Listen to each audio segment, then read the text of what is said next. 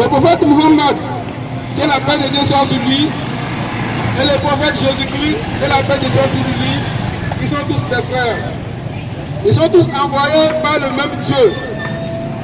Et ils ont eu la même mission. La seule différence est que Jésus-Christ, que la paix de Dieu soit sur lui, a été envoyé qu'à son peuple respectif.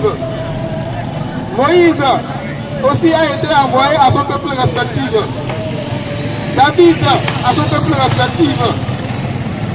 Esdras à son peuple respectif. Abraham à son peuple respectif.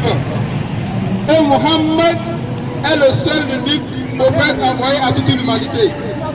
L'homme a été créé pour un objectif. Et l'objectif ici, c'est d'avouer un culte exclusif à Dieu. L'objectif ici, c'est d'adorer Dieu. En adorant Dieu, on aura la vie éternelle. Dieu même a dit, dans le verset 51, verset 56, nous n'avons créé la cible et les êtres humains que pour m'adorer. Voilà, nous devons adorer Dieu. Dieu seul mérite l'adoration. Les frères et sœurs en islam, bientôt, dans un instant, vous aurez la bonne nouvelle de messager. À qui devons-nous suivre pour avoir la vie éternelle? Vous aurez la réponse ce soir. Encore une fois, nous vous invitons. Nous demandons la paix et le salut d'Allah subhanahu wa ta'ala sur notre prophète Muhammad sallallahu alayhi wa sallam, sur sa famille, sur ses compagnons et sur tous ceux qui œuvrent véritablement pour l'islam jusqu'au jour de la résurrection, Inch'Allah. Nous demandons également la paix d'Allah subhanahu wa ta'ala sur tous ceux qui sont ici aujourd'hui, sur tous ceux qui sont dans ce monde, pour tous ceux qui sont en difficulté, pour tous ceux qui sont malades, pour tous ceux qui ont des besoins. Donc demandons l'assistance d'Allah subhanahu wa ta'ala, sa grâce, sa miséricorde, qu'elle soit versée sur nous aujourd'hui, et par sa grâce, que nous puissions passer un moment très agréable ensemble, Inch'Allah. Je pense que le frère l'a déjà annoncé. Oui. Est-ce que réellement on est au courant que Muhammad, alayhi salatu wassalam, s'il a été envoyé à l'humanité tout entière? Bon, je pense que pour la réponse, pour beaucoup, on ne sait pas si Muhammad, qu'on entend souvent parler, s'il a été envoyé à l'humanité tout entière. Oui. Mais toutefois, dans quelques instants, si nous répondons dans la littérature coranique, nous allons remarquer la réponse de façon très évidente. Et pour commencer, je pense que Oussaz va nous donner un premier verset où Allah subhanahu wa ta'ala va se prononcer sur le sujet, Inch'Allah. Premier verset, Sourate 21, au verset 107, il est écrit ceci. Et nous ne t'avons envoyé qu'en miséricorde pour l'univers. Allahu Akbar. Là, on vient de voir où Allah, il a dit, si je lis le verset dans la langue arabe, Allah dit, Bismillahirrahmanirrahim, wa ma arsalnaka illa rahmatan lil alamin. Quand on dit illa, ça veut dire une restriction totale. Donc, ici, c'est Allah subhanahu wa ta'ala qui dit dans le Coran aujourd'hui, vous êtes au courant. Êtes-vous au courant que c'est Mohammed alayhi salatu wassalam, que le Dieu créateur Allah, il a envoyé à l'humanité tout entière? Je pense que si on prend nombre de personnes, on aura un résultat si morose. Est-ce que vous avez déjà appris que Mohammed alayhi salatu wassalam, dont parlent les musulmans, avez-vous déjà appris que le Dieu créateur, qui s'appelle Allah, il a déjà dit qu'il a envoyé Mohammed à l'humanité tout entière? Ou bien, nous allons lire le verset pour que ça soit plus explicite. Voilà le message. Sourate 21, au verset 107. Et nous les avons envoyés en tant que miséricorde à tout l'univers. Justement, d'abord, dans ce verset, Dieu dit qu'il envoie Mohammed en tant qu'une miséricorde. Quand on dit une miséricorde, ça veut dire quelque chose dont on n'a pas droit, dont on n'a pas, je pense, on ne mérite pas.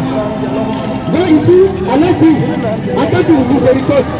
C'est-à-dire, nous les humains, depuis la création du monde, le bon Dieu n'a jamais envoyé un prophète à l'humanité tout entière si ce n'est Mohammed alayhi salatu wassalam. Raison pour laquelle il est le dernier, le seul des prophètes. Après lui, il n'y aura plus de prophètes. Depuis que Mohammed est mort, il n'y a jamais eu un prophète envoyé par le Dieu créateur. Parce que Allah subhanahu wa ta'ala dit dans le Coran que Mohammed alayhi salatu wassalam, il est le dernier des prophètes. Après Mohammed, il n'y a plus de prophètes. Mohammed alayhi salatu wassalam, il est le seul prophète que Dieu a envoyé à l'humanité tout entière. Tous les prophètes, comme Allah subhanahu wa ta'ala le dit dans le Coran, il dit, Allah subhanahu wa ta'ala dit dans le Coran, il dit, Tallahi, laqad arsalna ila umamin min qablika, fazayyana lahum shaytan a'maluhum, fahuwa waliyuhum al-yawma wa lahum 'adhabun 'alim. Allah dit qu'il a envoyé des messagers dans les communautés. Vous voyez? Mais après le passage de ces messagers-là, il y a Satan qui vient les égarer du bon chemin. Parlant de ce verset, Allah dit,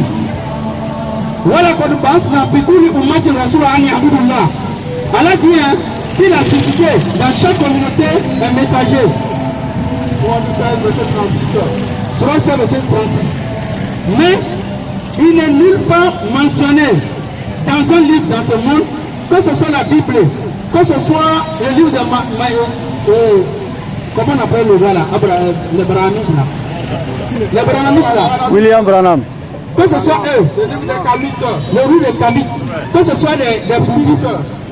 Nulle part, il n'y a pas un prophète où le bon Dieu créateur a dit je t'ai envoyé à l'humanité tout entière, si ce n'est que Mohammed alayhi salatu wassalam. Même Jésus-Christ alayhi salatu wassalam, qu'est-ce que Dieu a dit? Dieu a envoyé Jésus aux enfants d'Israël. Dieu n'a jamais envoyé Jésus à l'humanité tout entière. Il n'y a que Mohammed alayhi salatu wassalam que Dieu a envoyé à l'humanité tout entière. Est-ce qu'on le sait? Non. Ça c'est la problématique. Parce qu'aujourd'hui, si on doit savoir si entre Jésus et Mohammed alayhi salam, qui a été envoyé à l'humanité tout entière, mais on va interroger les deux. Oui. N'est-ce pas? Exactement. Donc je pense que dans ce premier verset où Allah subhanahu wa ta'ala a utilisé le mot Rahma, quand on dit Rahma dans la langue arabe, ça veut dire miséricorde. C'est quelque chose qui ne mérite pas, quelque chose qui est loin de toi, quelque chose dont vraiment tu n'arrives pas pour en bénéficier. Donc te donne ton cadeau. Donc Muhammad alayhi salatu wassalam a été donné comme cadeau à l'humanité tout entière. Inch'Allah. Donc nous allons poursuivre encore avec un autre verset. Surat 4 verset 8. Et nous les avons envoyés en tant qu'annonciateurs et avertisseurs pour toute l'humanité.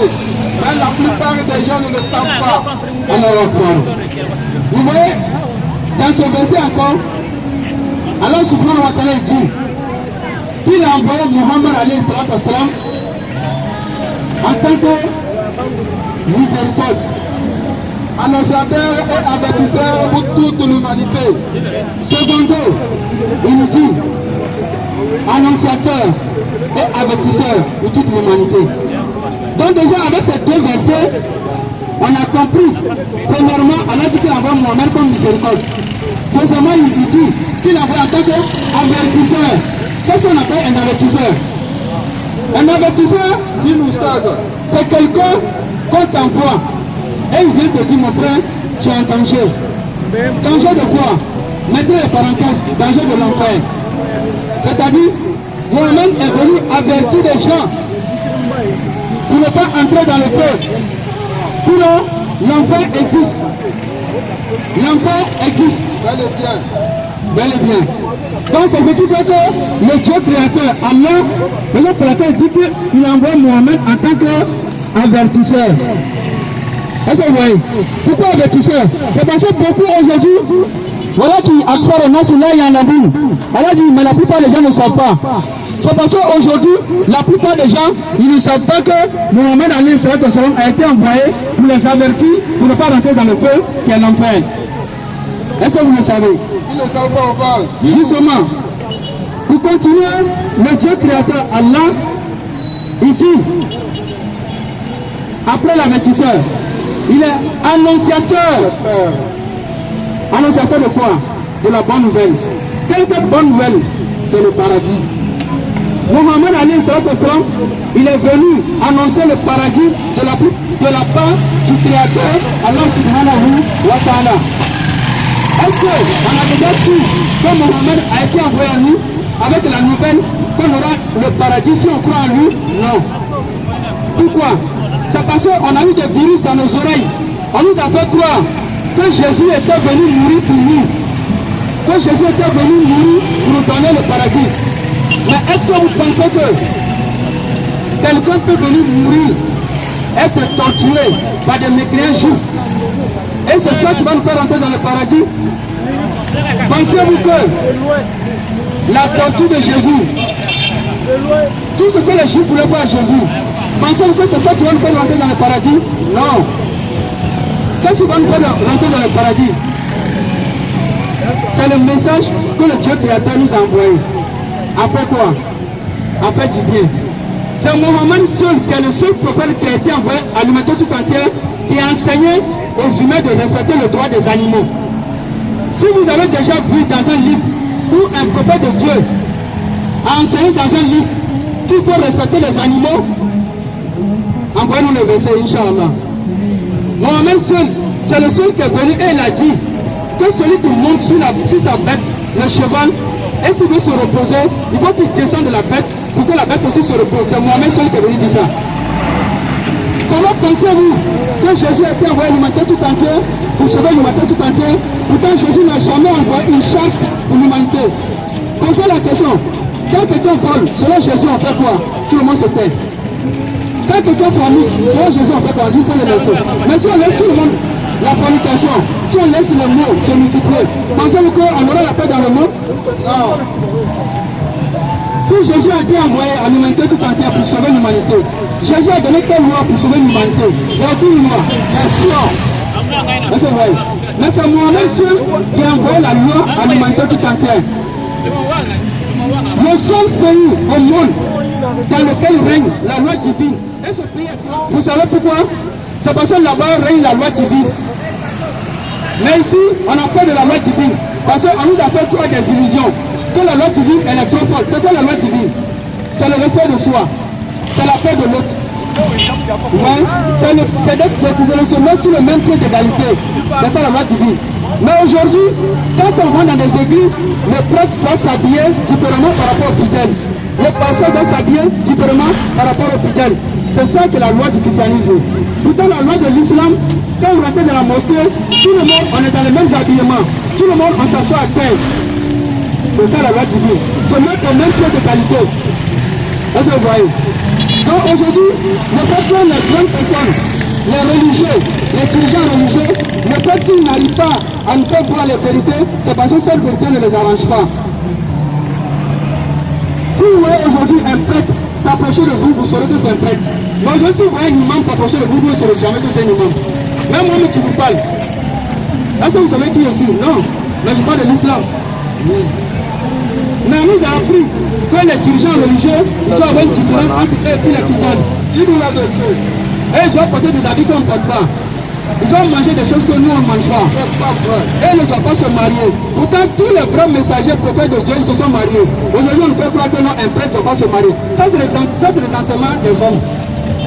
Selon Matthieu 15, verset 9. Est-ce que vous voyez? Donc, c'est moi-même seul qui est venu libérer les gens de tous ces mensonges. Parce que les dirigeants religieux, ils ont un système d'enrôlement. C'est-à-dire qu'ils vont vous enrôler. Ils vont envoyer vos esprits vers la faiblesse intellectuelle. Ils vont faire croire des choses que vous voulez croire. Ils vont vous envoyer vers des passions. Ils vont vous tourner en rond sur la même place.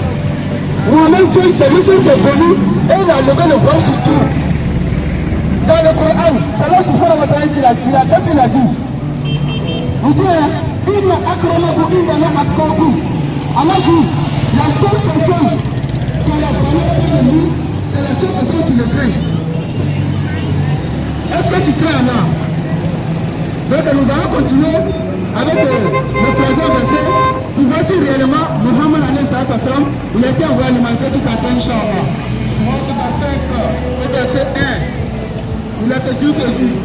On a créé de la proposition de celui qui a fait descendre le livre de discernement sur son serviteur, afin qu'il soit un avertisseur à l'univers. Allah Akbar. Ici, Allah subhanahu wa ta'ala, il nous confirme encore une fois de plus, dans la surah 25, que le Coran que nous entendons parler de Coran là, que le Coran a été envoyé à l'humanité tout entière. Quand tu n'as pas le Coran dans ta chambre là, tu as une science que tu n'as pas. Tu es privé sur tout ce qu'on voit sur cette terre là, mais sur ça, c'est dans le Coran. L'être humain, le Coran parlait de l'embryon avant que le microscope ne soit créé en l'an 1800. Comment est-ce que Mohamed, si Mohamed n'a pas été inspiré par le Créateur, comment a-t-il su le mouvement de l'embryon dans le ventre d'une femme enceinte? Mohamed, il est le seul prophète qui a laissé les signes. Il est le seul prophète qui a dit qu'il arrivera un temps où les gens seront juste en Chine et les gens seront comme au Togo ici et ils sauront ce qui se passe en Chine. Est-ce qu'on veut dire c'est vrai ou bien c'est faux? Ah, c'est vrai. Aujourd'hui, si quelque chose se passe en Amérique, on est au Togo, on voit, non? On voit très bien même. C'est ce qu'on appelle la prophétie. Mohamed, il est le seul prophète qui a dit il arrivera à un moment où les filles seront habillées mais elles sont nues. Est-ce qu'aujourd'hui là, on ne voit pas les filles sont habillées mais elles sont nues? On le voit. Est-ce qu'on voit? Oui, le savent. Justement. Donc, nous continuons à affirmer avec certitude que toute personne qui n'a pas le Coran chez lui à la maison, la personne s'est privée d'une grande science qui ne lui sera pas bénéfique le jour de la résurrection. Parce que comme l'a dit le verset de la surah 25, Allah dit qu'il a envoyé le Coran à l'humanité tout entière. Depuis quand vous avez vu quelqu'un dire que la Bible est un livre qui est signé à l'humanité tout entière? Ça n'existe pas. Ça n'existe pas. La Bible, c'est un livre qui parle des Juifs. C'est un livre qui parle des Israélites. La Bible n'a pas été envoyée à l'humanité tout entière. Mais c'est la surah 27, alors subhanahu wa ta'ala nous dit qu'il envoie le Coran à l'humanité tout entière. C'est-à-dire que quoi? Aujourd'hui, toute question que tu te poses, si tu viens, on va te trouver dans le Coran. Wallah, celui qui nous va au défi, quand la personne s'approche de nous, tu vas lui poser une question. Cette personne a répondu, on va lui donner le verset coranique directement. Même le sable que vous voyez là, d'où provient le sable là? C'est dans le Coran, vous allez trouver. Qui peut nous donner la réponse de l'existence et l'utilité des montagnes? La réponse se trouve dans le Coran. Si tu n'as pas le Coran là, tu ne peux pas avoir cette réponse. Wallah. Hein? Qui peut nous dire? Hein? Quel prophète de Dieu qui est venu, il a fait sa mission et il est mort et son pays est resté un pays de Dieu, un pays qui adore Dieu. Ça n'existe pas. Ça n'existe pas et ça n'existera plus. L'Arabie Saoudite, il est le seul pays où le messager Mohamed a passé. Il est venu, il a prêché, il est mort. Et le pays est resté dans l'adoration de Dieu jusqu'à aujourd'hui. Est-ce que vous voyez? Mais si les gens nous disent que non, les gens seront sauvés plutôt par le message des Israélites. Pourtant, en Israël, aujourd'hui, on ne croit même pas en Jésus. Pourtant, le pays de Mohamed croit en Mohamed. Le pays de Mohamed donne l'exemple à l'humanité tout entière. Au verset 158, je lis la parole de Dieu. Dis, ô homme, je suis pour vous tous les messagers d'Allah, à qui appartient la royauté des cieux et de la terre. Pas de divinité à part lui. Il donne la vie et il donne la mort. Croyez donc à Allah et à son messager, le prophète illettré, qui croit à Allah et à ses paroles. Et suivez-le afin que vous soyez bien guidés. Allah Akbar. Ici, Allah subhanahu wa ta'ala nous cite encore un verset où il dit au prophète, dis, Allah dit à Mohamed, que te dit, toi mon frère te volait, toi ma soeur te volait, toi ma maman te volait. Si elle a l'écoute. Et il dit qu'il est le messager envoyé à lui. Est-ce que on t'a déjà dit que Mohamed a été envoyé pour toi? Je pense que la réponse est non. Non. Mais plutôt, on nous dit que non, Jésus a été envoyé pour toi, Jésus est venu mourir pour toi. Pourtant, la mort de Jésus est une œuvre satanique. Oui, dis-nous la vérité. La mort de Jésus est une œuvre satanique. On ne peut pas tuer quelqu'un pour sauver les autres. On ne peut pas tuer un innocent pour sauver des coupables. Deutéronome 24, verset 16. Voilà. Est-ce que vous voyez? Donc, le fait qu'on t'appuie matin, midi, soir, que Jésus-Christ a été envoyé pour toi, Jésus est venu mourir pour toi, posez-lui la question, comment est-ce que Jésus est mort? Question-réponse.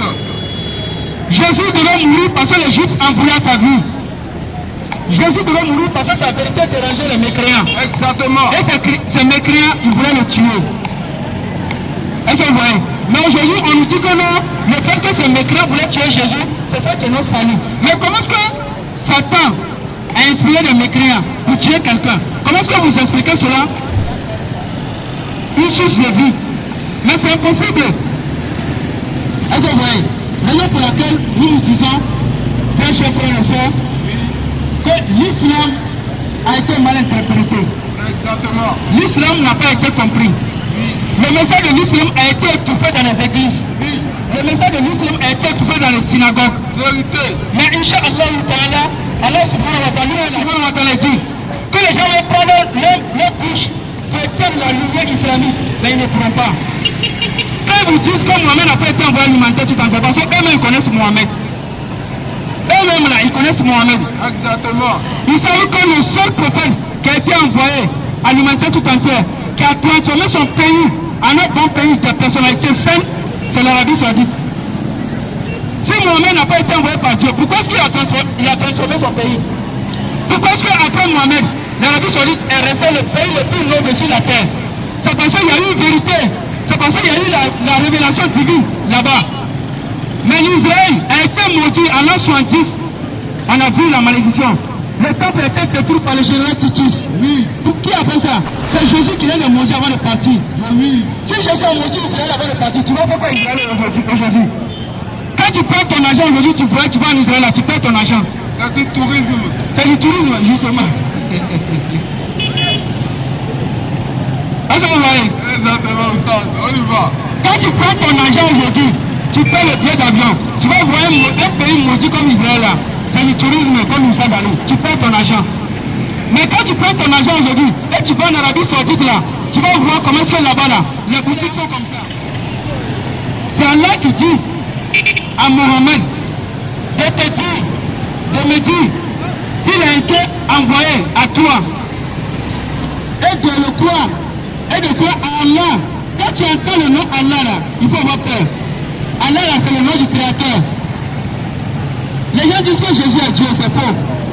Jésus a dit, au commencement Dieu créa les cieux et la terre. Pourquoi il n'a pas dit au commencement j'ai créé les cieux et la terre? Question réflexion. Les gens qui te disent que Jésus est Dieu, ils t'ont menti.